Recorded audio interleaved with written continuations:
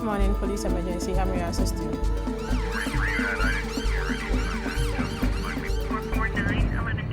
Good evening and welcome once again to Ghana Police Watch, your informative and incisive television series. Wherever you go these days, the one topic that is on everybody's lips is coronavirus that has infected over 1 million people around the world and so far killed hundreds of thousands. The misery it has brought is also great, not to mention the social and economic impact. Coronavirus is real and we hope you are staying safe and observing all the protocols essential to keeping it at bay and eventually defeating it. Please wash your hands with soap under running water. Don't shake hands. Wear your nose mask wherever you go and obey all the other rules, including social distancing and staying away, and also not initiating social gatherings. The streets are empty in Accra, Tema, Kasoa and Kumasi ever since President Akufo-Addo announced a partial lockdown. Since then, the lockdown has been lifted. I've taken the decision to lift the 3-week-old restriction on movements in the Greater Accra metropolitan area and Kasoa, and the Greater Kumasi metropolitan area and its contiguous districts, with effect from 1 a.m. on Monday, 20th April. In effect, tomorrow, we'll see the partial lockdown in Accra and Kumasi being lifted. From the President's speech, it is also clear that all previous restrictions are still in force. The big question for discussion this evening is, how do we enforce them and effectively? We're privileged to have in the studio the Director of Public Affairs, Ghana Police Service, Superintendent of Police, Sheila Abeye-Bachman. This week, she reported that an estimated 10,000 police officers who were deployed to enforce the partial lockdown have been tested for COVID-19 and being asked to self-isolate whilst they wait for the test results. We shall be asking her about that. For 3 weeks, the streets in areas under partial lockdown have been empty. It is very different now as the traffic gradually builds up and commercial activities pick up again. The message is emphatic that lifting of the partial lockdown does not mean that everything is back to normal, that the restrictions earlier imposed are still in force. Suspension of all public gatherings, including conferences, funerals, parties, drinking, sport, religious activities, and sporting events. How are these restrictions being enforced with a view to achieving social distancing and hygiene protocols?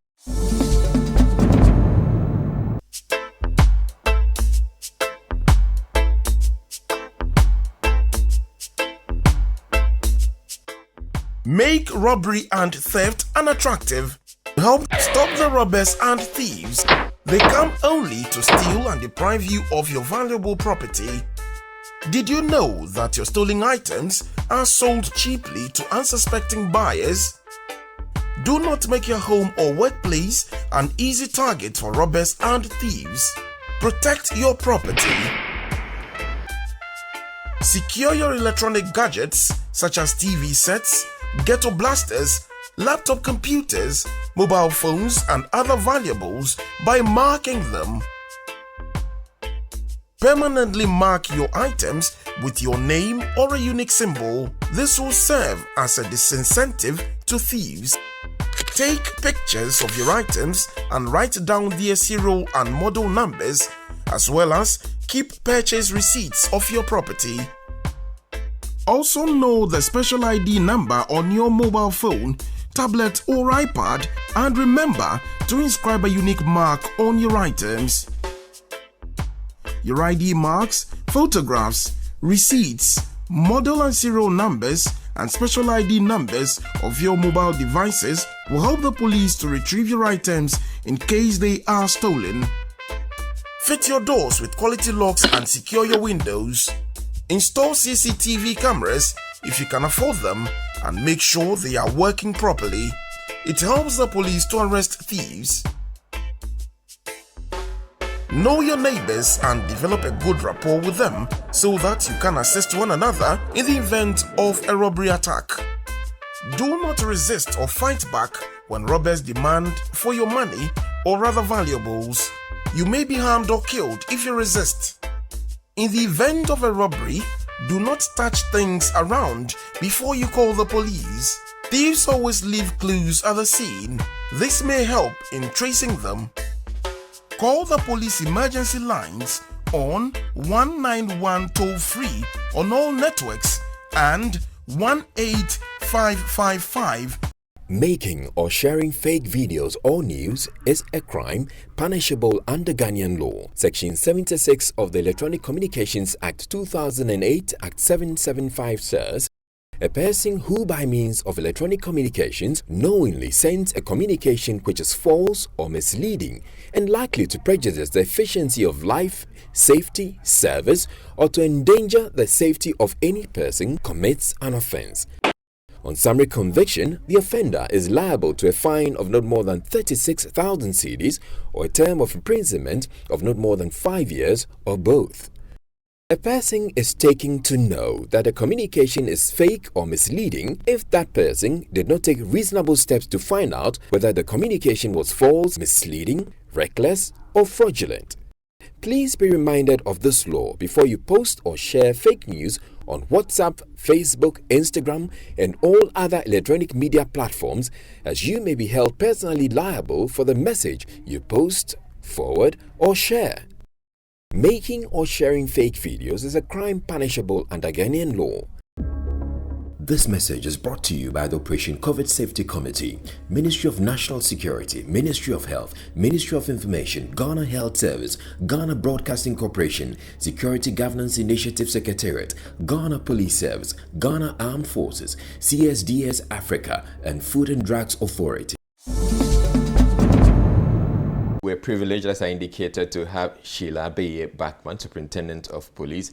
She's the Director of Public Affairs at the Ghana Police Service, and we're going to be talking about the lifting of the lockdown and the measures that they're having to still police. And thank you very much for making time to join us in the studio. Thank you, Izzy. All right. And I know that everybody has been asked to wear the mask. And yes, I wear my mask, and I can see that you have your nose mask on. And in fact, here on Ghana Police Watch, we're advocating that people wear their mask. But for purposes of the conversation that we're having here, and because we want to be a lot more articulate so that what you say can be heard, I'd indulge you to take off your mask for us. Thank you very much. And then for us here on set, we have decided that we are spacing out as much as possible and sitting further away from each other, just so we respect the social distancing that's been talked about. We're leaving enough space, and that's why it is safe for us not to wear our mask for now.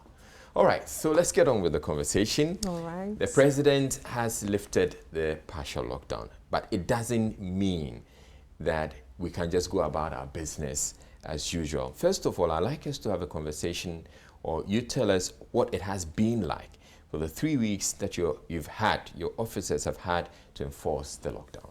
For us, it's been interesting, it's been exciting. Of course, it came with its own challenges, but overall, considering the level of compliance and considering the number of exemptions, we have rated it as largely successful. We were able to dominate the spaces that were locked down with visible security personnel. We dominated the maritime space with Police Marine and the Ghana Navy. At the borders to Ghana, we have helped the Ghana Immigration Service to dominate it. And so far, I'm sure, like you have said, and many people have said, it was largely successful. Yeah, and talking about the challenges, I mean, the challenges also present an opportunity for you as an institution to also learn. Of course, obviously. One of the key challenges was about people trying to find themselves on the streets without any purpose, just trying to find space within the exemptions, just so they can be on the streets, when we wanted everybody to be at home so we could be out to protect them. So it was a key challenge. The challenge about the markets, you know that some markets had to be closed down by the local authorities because there were still too many people in the markets, just because they were exempted to operate. There were several cases of fake videos that Ghana Police Watch has spoken about. Several cases of fake videos, even some unrelated to any situation in Ghana, the majority of them unrelated to the COVID safety operation, which was a challenge. So these were largely the major challenges, and people trying to also abuse security personnel. Although we might have had cases of some civilians being abused, we were also abused. Okay. The situation in Tamale where a police officer was beaten. You know about the situation under the bridge where a female driver ran over the foot of a police officer. Wow. So it was both ways. These were the few challenges, but largely the high points are more. And Right. it was a success. Since you're talking about some of the videos that came up and the brutalities that came up, how far have you gone with investigations regarding some of the officers who you found to have been, you know, caught on tape, essentially? Anybody who lodged a complaint, I believe by now would have been called by the investigative team. And so, as I said here, I will not be able to say specifically one case to tell how our investigation has gone. But investigation was launched into every case that was reported. You're watching Ghana Police Watch. We're taking a break at this point. Do stay tuned in. We'll be back in a bit. Making or sharing fake videos or news is a crime punishable under Ghanaian law. Section 76 of the Electronic Communications Act 2008, Act 775 says, a person who by means of electronic communications knowingly sends a communication which is false or misleading and likely to prejudice the efficiency of life, safety, service, or to endanger the safety of any person commits an offense. On summary conviction, the offender is liable to a fine of not more than 36,000 cedis or a term of imprisonment of not more than 5 years or both. A person is taken to know that a communication is fake or misleading if that person did not take reasonable steps to find out whether the communication was false, misleading, reckless, or fraudulent. Please be reminded of this law before you post or share fake news on WhatsApp, Facebook, Instagram, and all other electronic media platforms, as you may be held personally liable for the message you post, forward, or share. Making or sharing fake videos is a crime punishable under Ghanaian law. This message is brought to you by the Operation COVID Safety Committee, Ministry of National Security, Ministry of Health, Ministry of Information, Ghana Health Service, Ghana Broadcasting Corporation, Security Governance Initiative Secretariat, Ghana Police Service, Ghana Armed Forces, CSDS Africa, and Food and Drugs Authority. All right. So let's come to what you're having to enforce now. What are the marching orders given to the police officers? Right now, we are enforcing ban on public gatherings such that nobody can hold a meeting or assembly for any common purpose of a conference, of a meeting of any nature, of holding political rallies, of religious gatherings, of weddings, of birthday parties, private parties, of going to the beach, social gathering, of sporting activities. No, they are all under a ban under the Executive Instrument number 64, which was extended by the EI 67. And then we are also enforcing social distancing, which requires... Before we get to the social distancing bit, the bit about weddings and the rest, private parties. You can't have a small private party in your own house? The only exemption under the law is for private burials, in which case the number should not exceed 25. But it is in our own interest to not want to meet in any way. So if you hold a private party in your home, we will come and arrest you. And we have examples to show of people who have been convicted by the courts for holding private parties. I thought that was during the lockdown. If you look at the list of items under the ban on public gatherings, private parties is one of the things you cannot do. So it is basically on assembling or meeting for any other purpose other than holding a private burial, in which case you cannot even exceed 25. Okay. This comes as a surprise to me because a friend got in touch and asked if, well, he said he had a wedding this weekend and wanted to know if he could go ahead to have it if it was just a family. No, he cannot get the clearance. You see, the intent of the framers of the law, of the president, is to limit the risk as much as possible. Public gatherings, we are told, open up the risk of getting the disease spread. Yeah. If you can Google right now, you notice that somewhere in Australia, it was through a wedding that a lot of people got infected with a viral disease. And so public gathering of any form is banned. Unless, And like I private said, ones, from what you're saying, private ones yes, as you well. cannot. Otherwise, you would go to the beach and say that it is my private beach. You would hold funerals and you would say that I have done that in my house. What about churches? Not every church house is a public place. So private social gatherings, except where it is a domestic setting, where, for instance, I may live in a compound house and we have the numbers and we are family, and so we have to meet to pray. You are not expected to move from your house to somebody's house, not because there is a restriction on movement, but because the gathering is banned for now, so that we can all contain the coronavirus disease. And we police, we are enforcing that. Thank you very much for the enlightenment as far as that is concerned. Let's move on to social distancing, because that's another thing that you're going to enforce. Yes, the social distancing thing has been quite challenging, particularly at the marketplaces and particularly with vehicles. And so we have continued to engage the sector operators and sector managers for them to understand the fact that it is for our own benefit. The law actually stipulates 1 meter, and we do know that the WHO continues to review some of these things. Yeah. But 1 meter is wide indeed if only we want to abide by it, because 1 meter is about 3 feet, which should cover some space. So if anybody breaches that law, we will arrest the person, particularly when we have said it over and over again. So yes, you can go to the markets, but at the marketplace where we know is crowded, we expect that what some local authorities have already started with, getting them to either run shifts or come in turns or relocate them to parks like Kasoa has done, that will continue and spread out throughout the country so that the authorities can contain the disease and so that we do not get more infections than we have already had.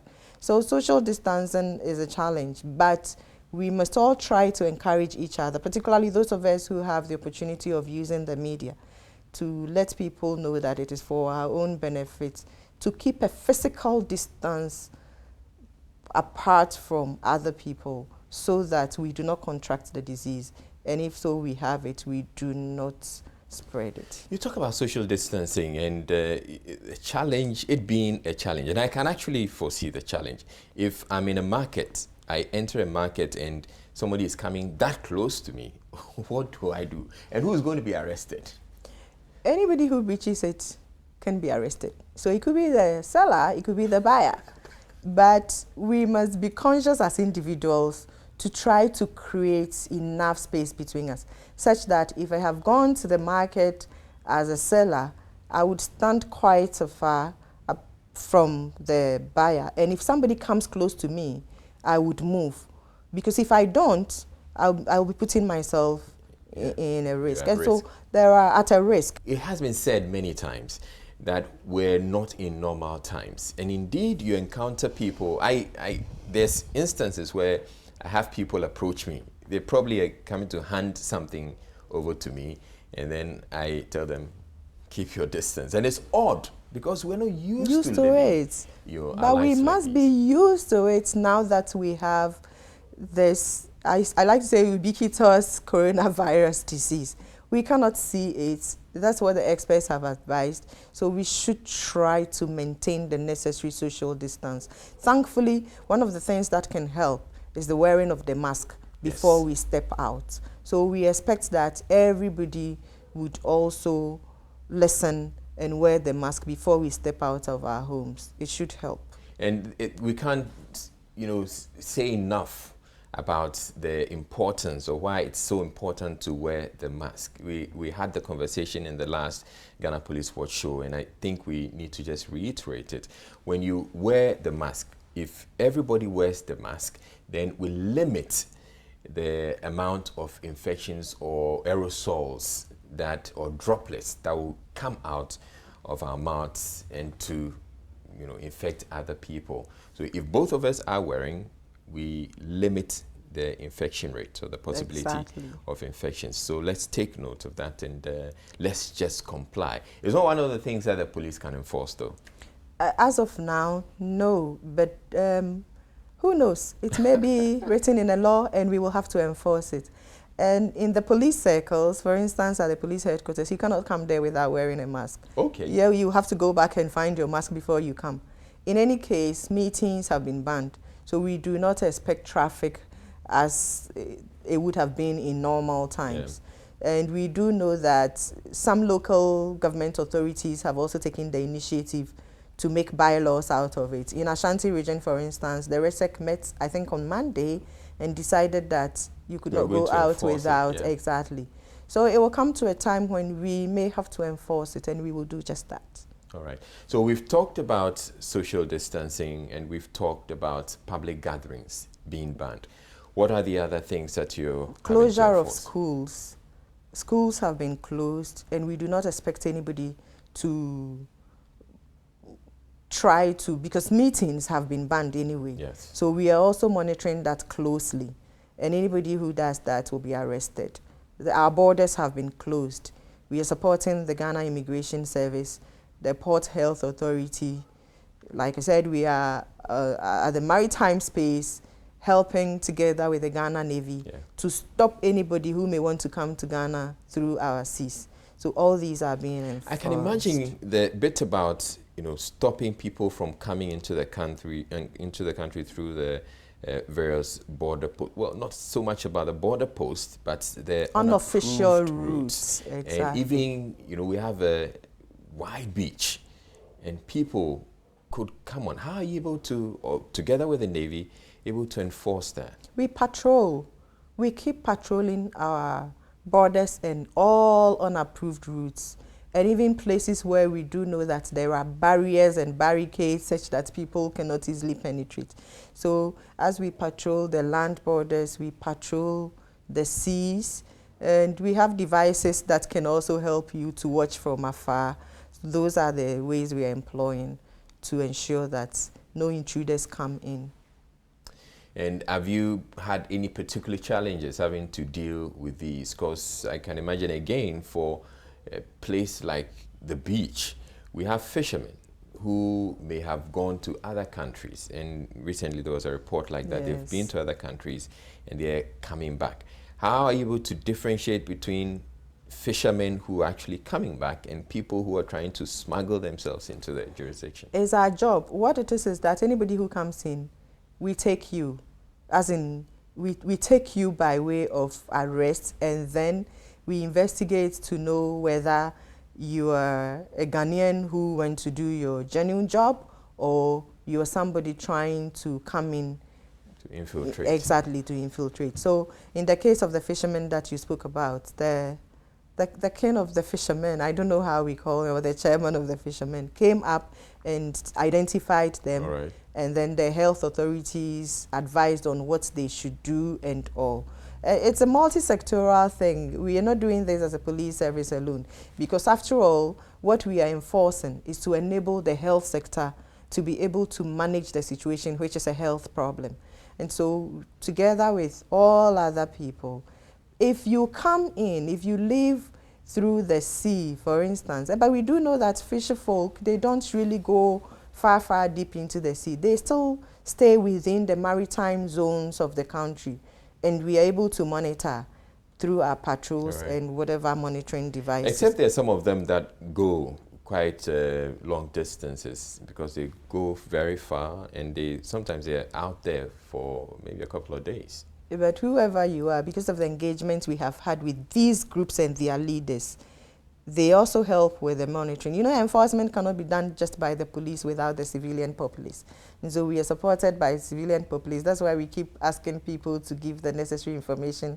They have to give accurate information to help. So far, anybody who comes, whether the person is a foreigner or a Ghanaian who might have gone to work and is coming in, we sort of take you or arrest you, do the necessary inquiries or make the necessary inquiries and investigations, and then we know how to handle it. How about people who want to pass on information to the police? Do they use the regular police lines, or there are special numbers that have been put out? The regular police lines, the 191 and 18555, they are working. We also have the Unified National Code, which is 112, which you can use to call ambulance. If you call that number and it's a police matter, it will be relayed to police and we handle it. Even the COVID-19 number, the toll-free number of 311, if you call and it's a police-related matter, because we are all working together, it is relayed to police and we take action. For the local communities, a lot of people living in the localities have the numbers to call their police stations. And so you can continue to rely on those numbers to reach police. Now, the police is out there. Essentially, you are also frontline staff when it comes to the fight against the COVID-19 pandemic. How are you ensuring that your officers are protected? So we wear masks. Government already gave us some masks, and I mean, you have all heard government pledges to try to supply as many masks as possible. And individuals and groups have also supported us with masks and gloves to wear where necessary. The German government has, the GIZ, we have had a conversation with them. They're trying to supply us with a number of goggles as well. So yes, we have some. They may not be sufficient, so the listener out there can try to do us a favor by giving us reusable masks so that every police officer can have more than one to be able to wash and reuse. And talking about organizations, we know that Multimedia is one of the organizations that give out to some police stations. And we encourage as many organizations as possible, adopt a police station in your community and give them the protective gear that they need, nose masks, and face shields, gloves, whatever PPEs you can make available to them. Let's support them to keep them safe. Now, again, talking about the men who were out there, I mean, the protection needed for the men, the police officers who were out there, we know that an estimated 10,000 of the men, your men were out there enforcing the lockdown. And now we're learning that they are to undergo COVID-19 tests. Can you tell us a bit more about that? Yeah, so we are grateful. We have had the opportunity of the IGP instructing our medical staff to take our samples for testing so that we can all be sure and move about daily. And as we await for all the samples to be taken, we are also encouraged to observe all the protocols. I already told you about the fact that at the police headquarters where I came from this morning, everybody is wearing a mask. So following the necessary protocols of wearing a mask, washing your hand vigorously or rigorously under running water with soap, using the hand sanitizers. There are automated hand sanitizing machines across, and then we have to keep our own sanitizers in our pockets as well. I mean, apart from the police service giving them to us, individuals and organizations have also supported in that manner, so that all these things would help to protect us. And how we wish that everybody will have the opportunity of being tested. I have had the opportunity of being tested. Lucky and you. My colleagues, yes. And my colleagues are also getting that opportunity of being tested. I'm sure you're waiting anxiously to hear how it turns out.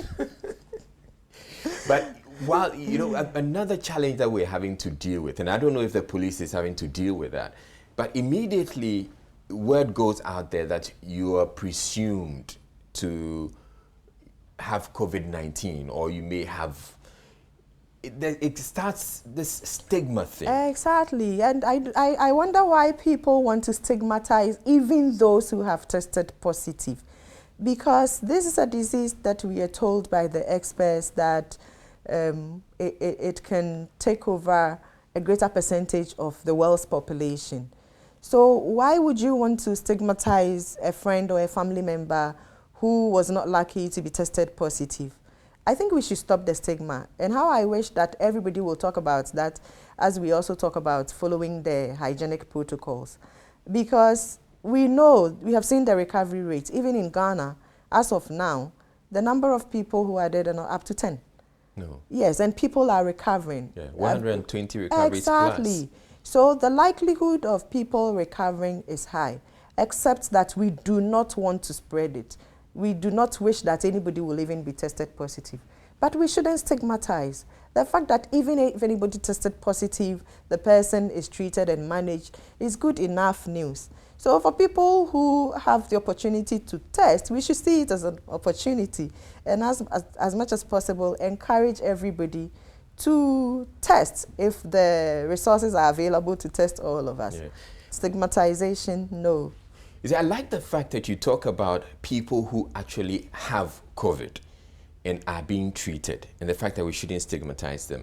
But there are some people who don't even have At COVID. all. They don't have COVID, but then they say, oh, you're associated with this person who probably may have COVID or traveled from outside and came into Ghana and may have COVID. And so they stigmatize you.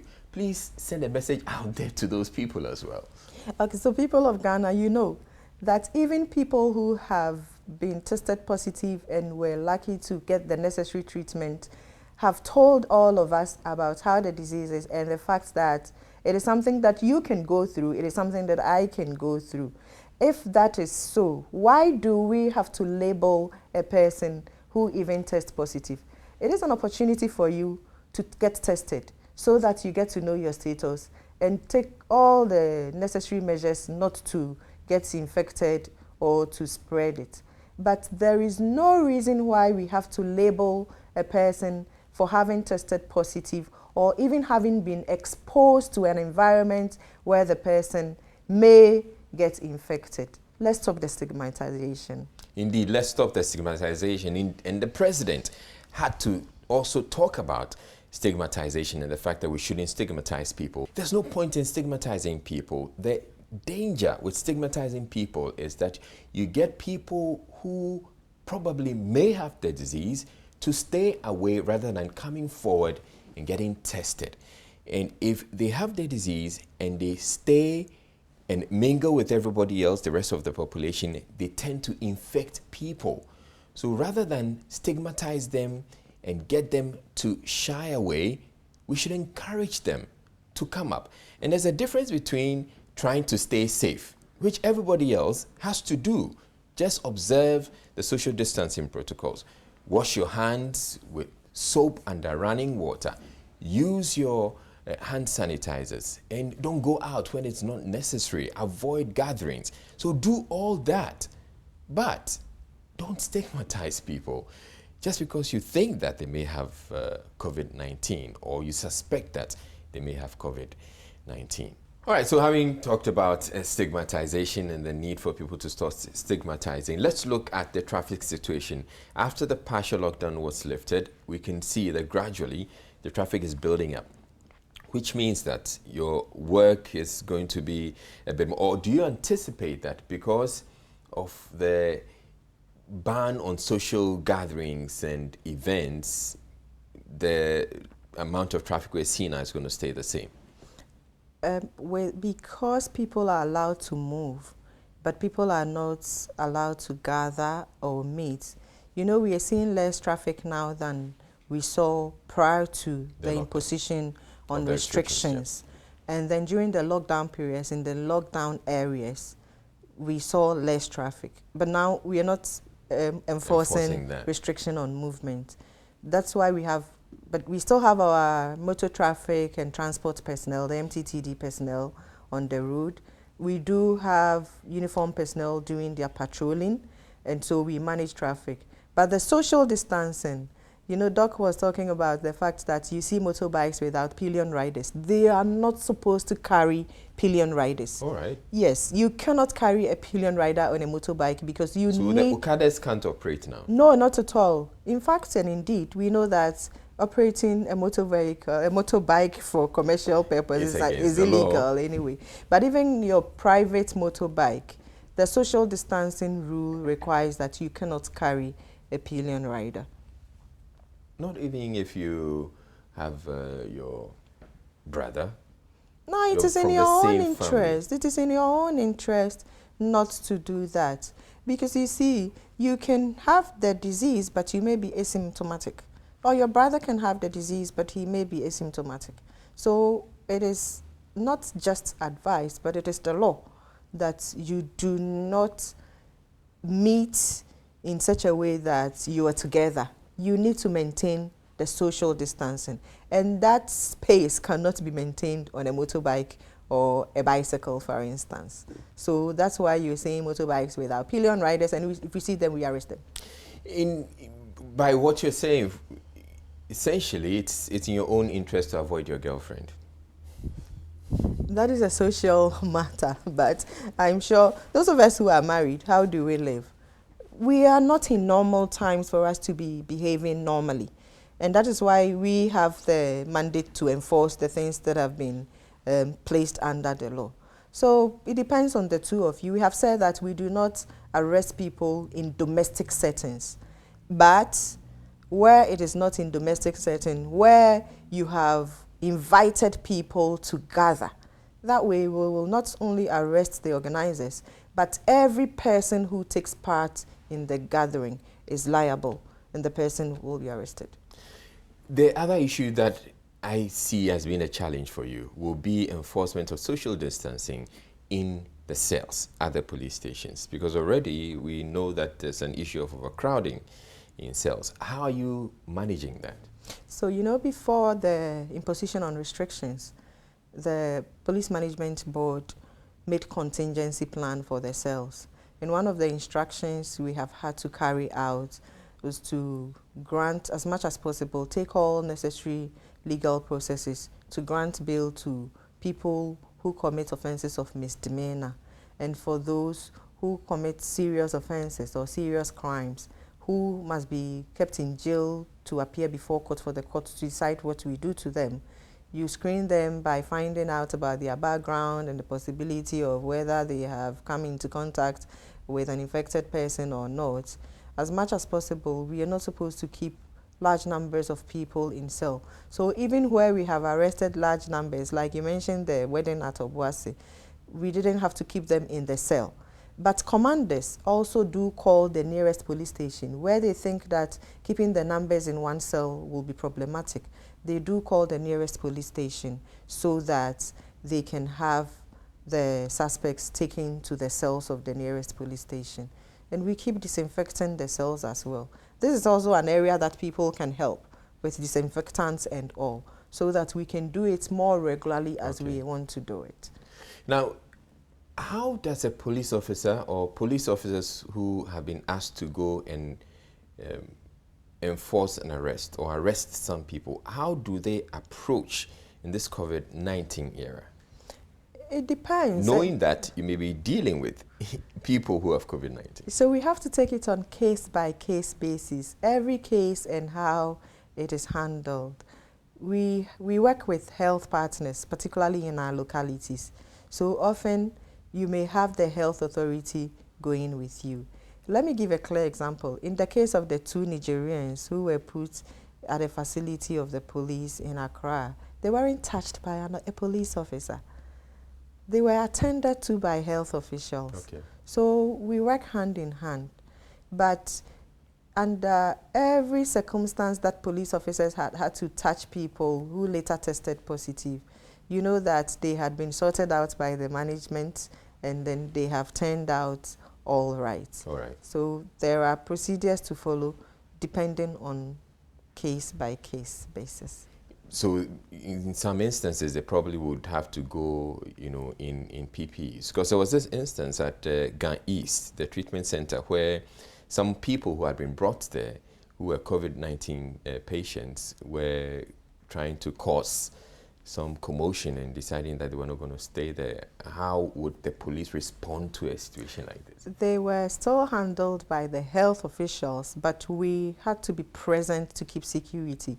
At the quarantine centers, there are police officers there, there are security personnel generally, but we are not fully dressed like the health people because we hardly have to touch suspected cases or even positive tested cases.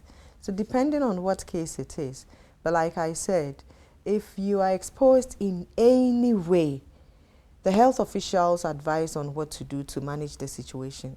So that's why up till now, we have not had any positive case in the police service. And we pray that we do not get a positive case. Indeed, we hope it stays that way. Yes. Now, one of the issues that I should have brought up has to do with crime rates during the partial lockdown. I would want to think that if a partial lockdown, as a lockdown is in place, the criminals would also stay home. Yes, they did stay home. They did stay home. Okay. Our statistics compared to last year the same time and 2018 the same time show that they did indeed stay home. You know, it has a correlation with visibility of uniformed personnel. Indeed. And so even now that we have pulled out of the streets, the national security architecture has strategized such that they cannot have a field day. So perhaps this is a good time to warn all those who intend to get onto the street and commit crime that we have strategized for you and you shall be arrested. So the statistics are there to show not only for crimes but also for accident statistics across the country. It's not every place that was locked down, but we still had the numbers low.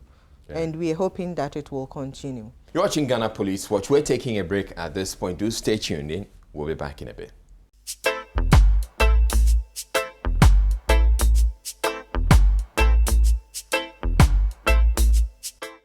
Make robbery and theft unattractive. Help stop the robbers and thieves. They come only to steal and deprive you of your valuable property. Did you know that your stolen items are sold cheaply to unsuspecting buyers? Do not make your home or workplace an easy target for robbers and thieves. Protect your property.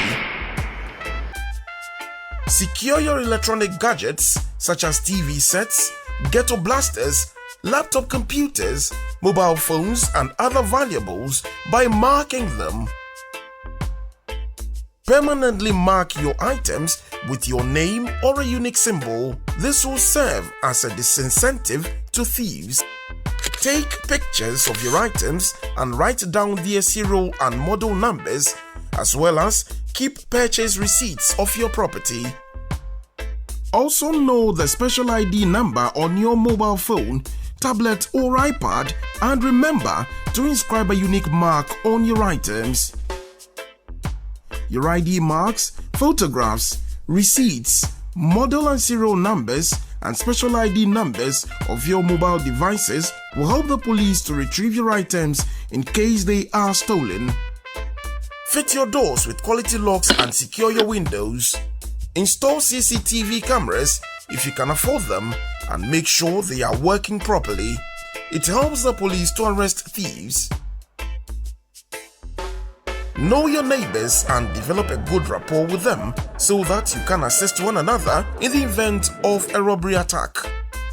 Do not resist or fight back when robbers demand for your money or other valuables. You may be harmed or killed if you resist. In the event of a robbery, do not touch things around before you call the police. Thieves always leave clues at the scene. This may help in tracing them. Call the police emergency lines on 191 toll-free on all networks and 18555. All the police officers who are out there and who are having to do great work, we salute you all. You're also part of the frontline workers when it comes to the fight against COVID-19. And so we say congratulations to you. We appreciate the work that you're doing. And we, as we have done on this program, we want to encourage individuals and organizations to support them as much as possible. Adopt a police station in your community and help them out with nose masks. You can design nice ones for them. You can also give them hand sanitizers, disinfectant, anything at all to aid their work, because we need them to be out there working for us. If they get COVID-19 and they have to be taken out of the community, we are the ones who are going to suffer. So that's my plea. So it's a good opportunity for the public to know that the Inspector General of Police and his management board members are grateful to the media for the support, the massive support we received during the enforcement of restrictions on movement. We have already written to the media houses showing this gratitude. And while thanking the media, we're also asking that we continue to collaborate now and in future to ensure that we maintain law and order. The fight against COVID-19 is not over. Right now we are enforcing the ban on public gatherings, we are enforcing the social distancing rules, we are enforcing our border closures, and so we need to continue to educate the masses for them to understand that all these actions are concerted efforts just to protect our health and safety. And so thank you to the media. We expect that you continue to support the police in any way possible so that we can live in safe communities in Ghana. Indeed, and thank you too very much. And yes, let's thank all the media houses. Indeed, those of you who are showing Ghana Police Watch, it's your way of actually saying you appreciate the work that the police is doing. Enianom, adofunum, ejanum, enanum, mpenimfo, ahemfo, enketua ne mpenyi. Chise obi bia oma owo oman mu hade. Yanamakwenya iso shemun crying say sa COVID-19 yare na aba no. Yare a yenya anu adru. De yetumi ya ne se yebebu mmra o mampani ede ato ho ne so na yetumi anya ahoto. Yesre mu sa mre yi mu de mumma yenye ne ebetumi bia mo ye homoden se nhyiemu anka yedidi no yebetwa so. Yanya bibinti ewo se efie adi no. Se ye jom na ye ko, se ye banko, se ye hospitalo, se ye care mu na ye kotena o. Emra ne se ewo se yetimi tete ye ntem ne afa ne social distancing no. Anye bia kra eko anamo nsia so. Mumme mommodea se ye bete ye ho afiri nipa ho kakra. Kosi sa yare no ye betu ase kra. Juma ye nyina ye die eye subo a eda wo so, eda me so, ye nso a police fo eda ye so. Say ye behwe na ye di na yetumi etu coronavirus na se. Na mejidi se mo beye ye mmoa na mo nso mo ayesa. Mo a mo akwanya mutumi ne afoforo kasa. Ahemfo ene ejanom ne enanom. Ahemanom yesre mo no mo nkasa no mo nte ase. No metumi edi sanhyehyɛ ye nyinaa nso aboa ama oman Ghana afane ntuma pe efra bi. Thank you very much for watching Ghana Police Watch. Have a good night.